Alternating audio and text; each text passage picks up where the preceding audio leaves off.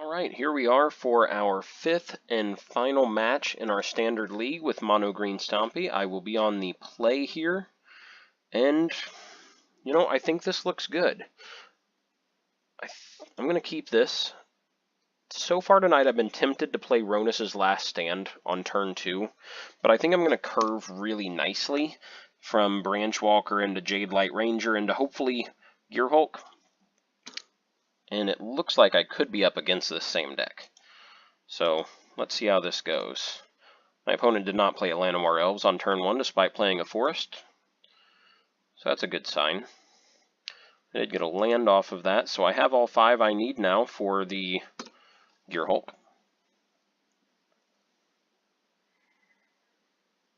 Yeah, so I definitely feel like we're on the same deck. Guess not, actually. Aethersphere Harvester entered the revealed zone, so that's on top of their deck, which is, I'm not going to lie, unusual and a little perplexing to me. But I'm going to go ahead and attack in with Branch Walker. If they want to trade, I'll be trading up, so that's fine. But they opt not to.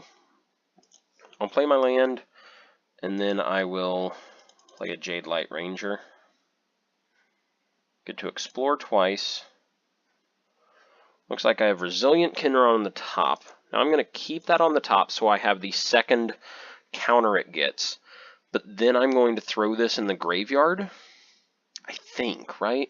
So if I throw it in the graveyard, I'll just get to activate its thing in a couple turns here. But this does power some stuff up if I want to play it next turn. And it's not an awful play next turn.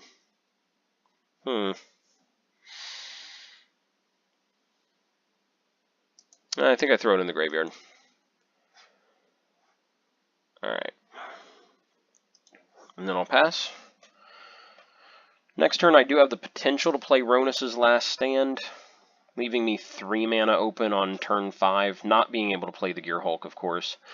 But it does beg the question, is that better just to get that 5/4 on the battlefield now and postpone the Gear Hulk a turn?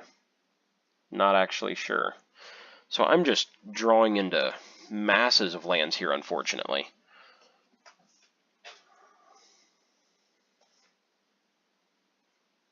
So I'm going to attack in here. No, I'm not going to attack in here because he's just going to crew with this thing. I think I would like to play the Gear Hulk next turn to get these both to 5 toughness. So I'm just going to pass. I would really love to be able to play Ronus's Last Stand, get a 5/4 on the board, but that's going to have to wait till turn 6. It does look like they're on mono green, though. So I think it's a version of this deck that they've just kind of tailored to their own interests with the Harvester. Really not sure how good the Harvester is in here, though. It's usually going to be a power downgrade. Also, I definitely would have considered crewing the Harvester before activating this ability, or before playing the Kinra, so that you could have got 5 lifelink points instead of 3. If he wanted to attack in with that here. But he's just opting not to use the effect, which seems a little weird.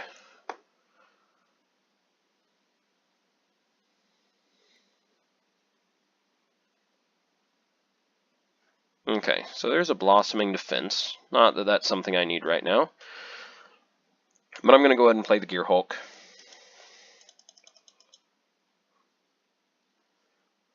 Put 3 counters on my Branch Walker. 1 counter on here. Take them to 5 power on both. And then I feel a lot safer attacking into that Aethersphere Harvester. And I do think I'm going to go ahead and attack with both here.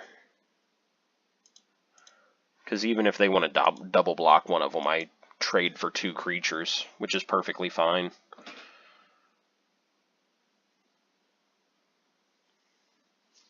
But they're opting not to, so I'm just going to deal 10, taking them down to 8.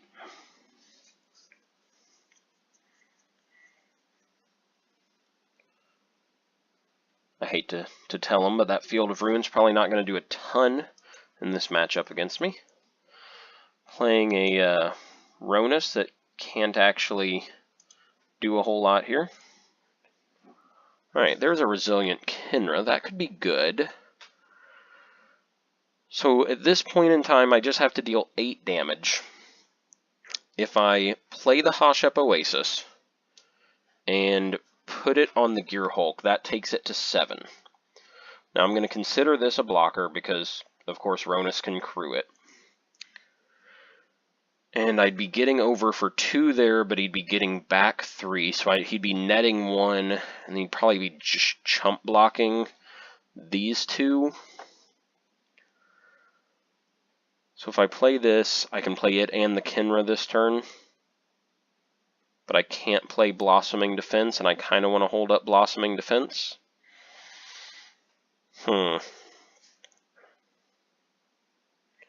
Yeah, I think I save Hashep Oasis for next turn. I am going to go ahead and play the Kinra.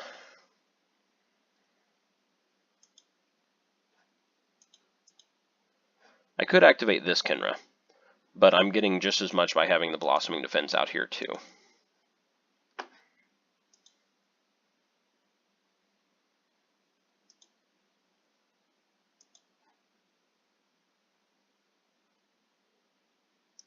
I'm just going to attack with all 3. I don't believe there's any way I lose, or I win this turn, but I do believe I get them down pretty low and deplete their resources on board. So I'm very surprised that he crewed with the Branch Walker, because this can't block. Unless he has a pump spell in his hand that's going to allow it to, and I guess he does. Okay, so he's going to Blossoming Defense that. Alright. Still don't think this is too bad for us,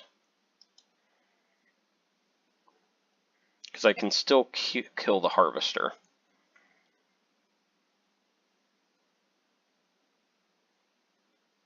I'm actually going to get to kill the Harvester and keep this guy.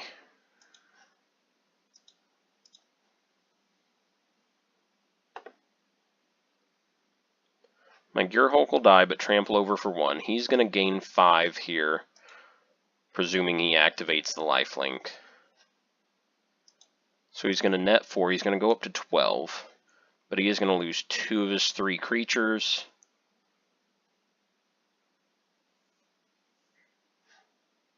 Can I? Yeah. With him indestructible, I had that momentary question of, he can't actually be assigned lethal damage. Can I just assign him 1? But alas, no, I cannot. So again, this is another spot where I could play Ronus's Last Stand, but unfortunately I think that's just bad for me whenever I can play the Kinra out of my graveyard next turn.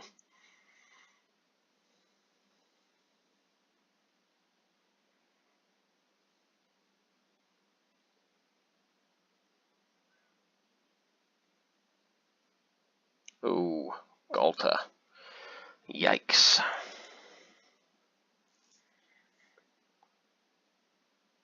I'll take the 5.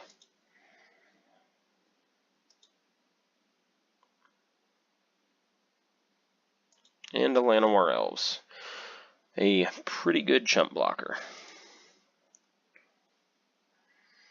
Okay. So we get a land here. Now this actually may be the point where I play Ronus's Last Stand, and then block Galta with enough to kill it, which I actually think is the right call here, because if I attack in, I'm just going to get pretty much wrecked. I'll get to play the Kinra next turn, play one of the Kinras, because this guy's probably going to die that's on board right now. Yeah, Galta's really made this turn around. This is another reason why I think, playing Galtas in the deck is good. Because I do feel like my opponent was behind on board at that point in time. I had made some good trades there, but Galta just completely turns this game around.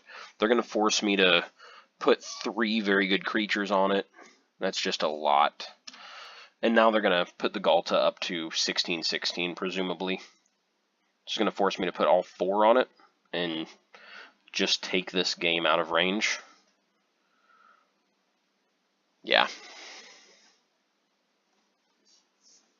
I'm just going to concede this. That's going to be a mess. Alright, can't beat that. I'm going to put my own Galta in. I'm not sure there's anything else in here I want. I don't actually think there is. I'll take out one of my slower cards, which I would consider the Branch Walker, and try this out. We'll be on the play again for this game. Hopefully see a Llanowar Elves and, you know, some of our Steel Leaf Champion combo-y kind of cards here.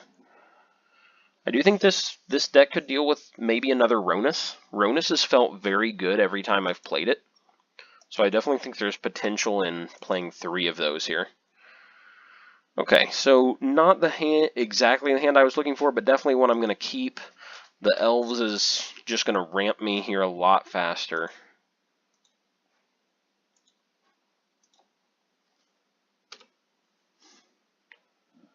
Next turn, I'll play Ronus's Last Stand, still be able to hold up the Branch Walker for turn 2. Oh, nope, not playing Ronus's Last Stand, playing Steel Leaf Champion. And, you know, this is one thing. Okay, he just conceded to a turn 2 Steel Leaf Champion here. I suppose I'm fine with that. I'm not going to complain about a free win. But like I was saying, I do believe this deck is weak to kind of mirror matches. And this deck I do believe is going to be very popular in the standard meta. So that's something we're going to have to watch out for. So I only have 1 land here, which is not ideal. I could still play Branch Walker or Ronus's Last Stand on turn 2. But I don't really want to do that. I'm going to mull. Oh yeah, this is beautiful. Because again, we're going to get turn 2 Steel Leaf Champion. I feel comfortable enough that I'm throwing Llanowar Elves on the bottom of the pile. Yep, this is good. Gonna have his own... Nope. Thought he might play his own Llanowar Elves here, but... Alright. Llanowar Elves turn 1. Steel Leaf Champion turn 2. Unless some absurd thing happens. And what's he going to find off Branch Walker? A land. That's pretty good for me here, I think. Same play as last time. Did not concede this time, however.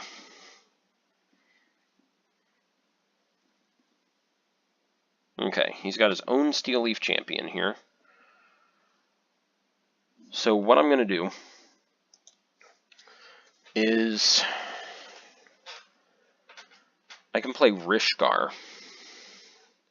put a 1/1 counter on him, put a 1/1 counter on Rishgar, attack him with Steel Leaf Champion, and then still be able to play Blossoming Defense on it to keep it alive through his, if he chooses to block.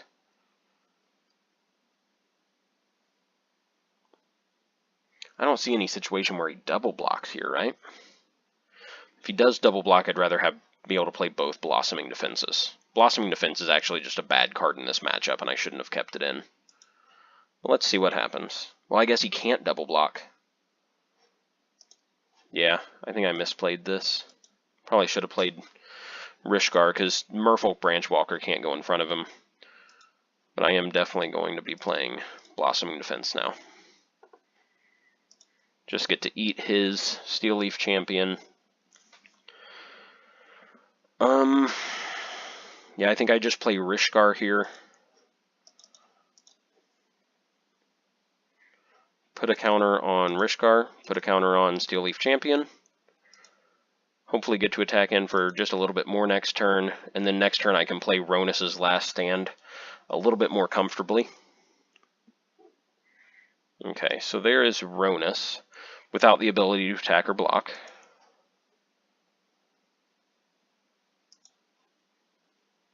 And Resilient Kinra. So that's actually pretty good. So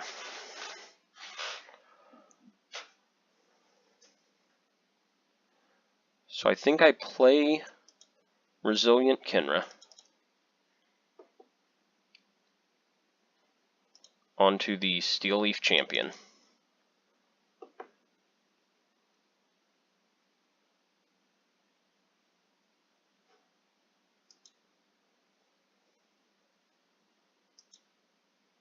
And then I'm going to attack with it. Do I also attack with Rishgar is the question. See, attacking with Rishgar will get him down to 11. But there's definitely the potential that he has a Blossoming Defense in hand, plays it on the Branchwalker, turns on the Ronus, and bad things happen. So I think it might just be better for me to do this here.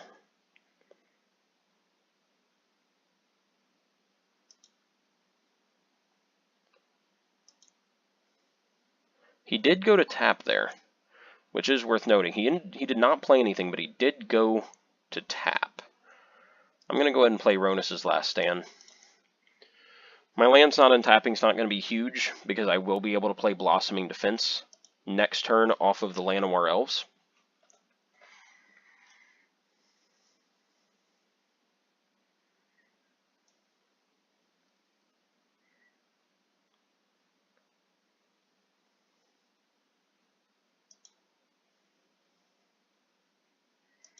Alright, very much wondering what he's got up his sleeve.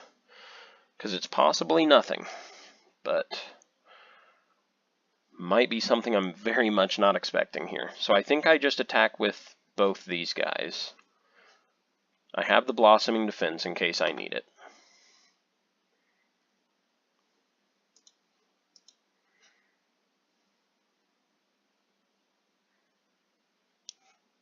I also attack with the Resilient Kinra? Yeah. Because I'm fine trading it.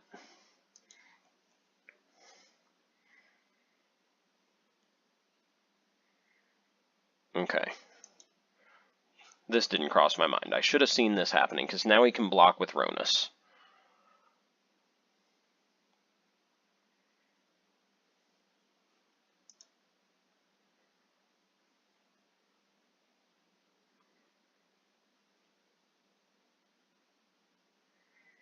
Alright, so I play Blossoming Defense to keep my snake alive.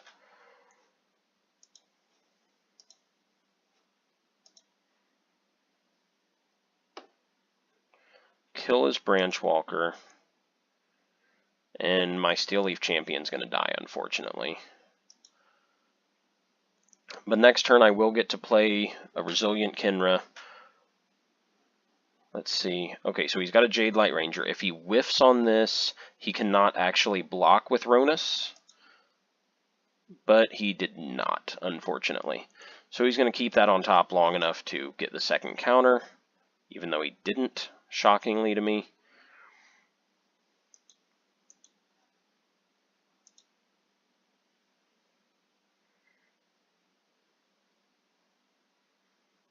Okay. It's going to play another card out here, an Aethersphere Harvester. Alright. So we have a Jade Light Ranger, and I also have the Kinra. Jade Light Ranger definitely seems like the right card to play here.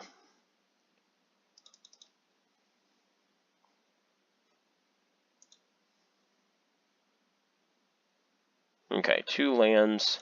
Not worst case scenario, because having these will allow me to get my, well, to get a Kinra from the graveyard eventually whenever I get one in there. So what I do here, I'm going to go ahead and play out this Kinra.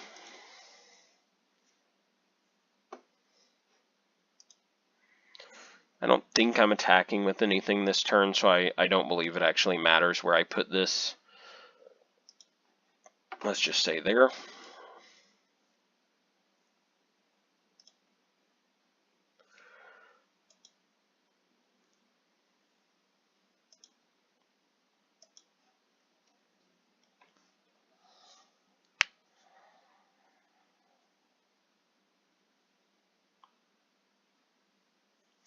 I suppose last turn I could have forced in 3 to 4 damage. I don't think it would have done me any good.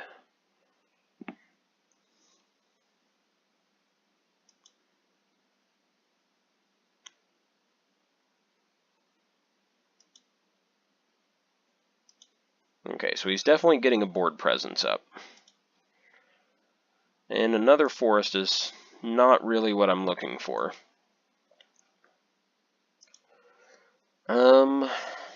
Yeah, I just don't think I have anything I can do here. Just going to pass the turn. I need to find either my own Ronus or a Galta to help get me back in this game.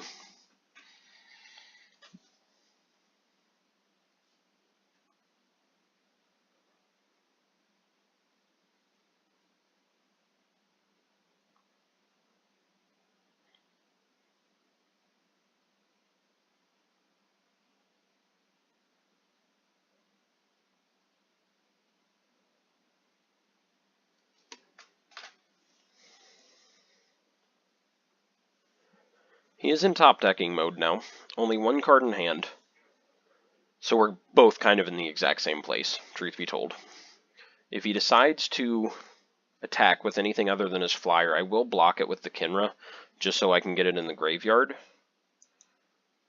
He's going to go ahead and eternalize his own, so he is going to have a massive life swing here, because he's going to be attacking in for 7, and then gaining 7 off lifelink as well. So he's going to be switching this from what we're at to 19 to 13. And of course I cannot block this. I will say, Resilient Kinra is a lot better than I expected. Whenever I first saw it in the deck list, I was kind of underwhelmed by the card. It just seemed kind of, I don't know, just a little simple. But it's actually really put in a lot of work.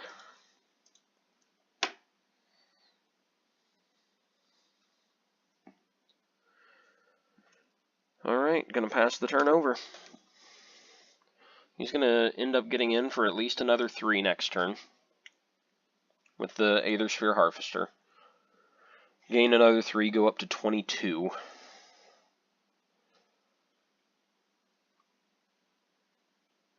And unfortunately, the game really is just getting farther and farther away from me at this point. Harvester does seem like a good card.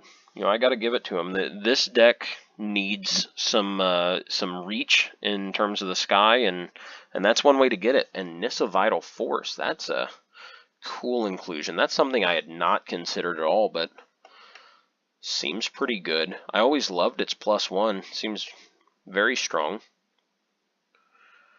I'll put my Kinra in front of it. Let it die off so that it can come back next turn. Still take the 3 to go down to 10.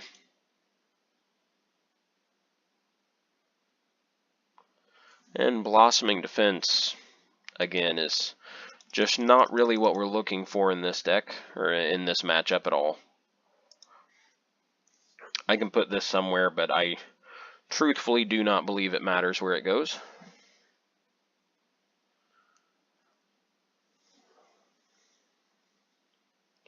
I mean, what if I got crazy and swung in? If I put this on an elf, and I made it a 5/5, swing in with everything, he just makes tons of profitable blocks and takes like very little damage, right?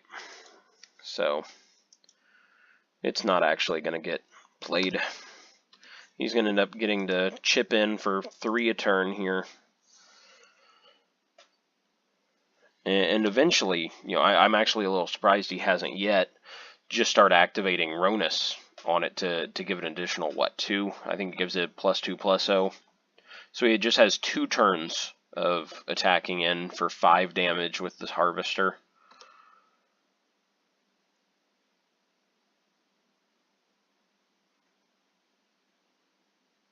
Because surely he's going to activate the Ronus here.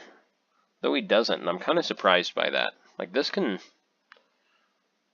Yeah, I definitely think he should be activating it. Alright, if we don't get a good draw here, I'm just going to concede this game because it's not going to go well, and it's just a basic land. So there's no reason really. Going to concede this one. We're going to call the league at 2-3.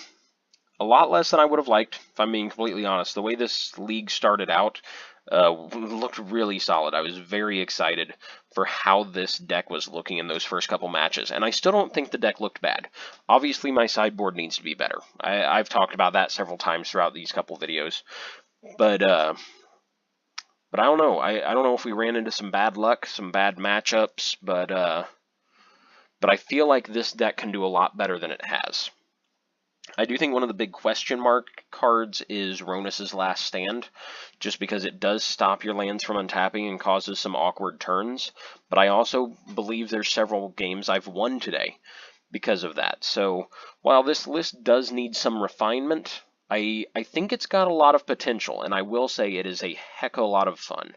Like, I really enjoy aggro personally, and just being able to throw out these kind of creatures on these very early turns is very exciting.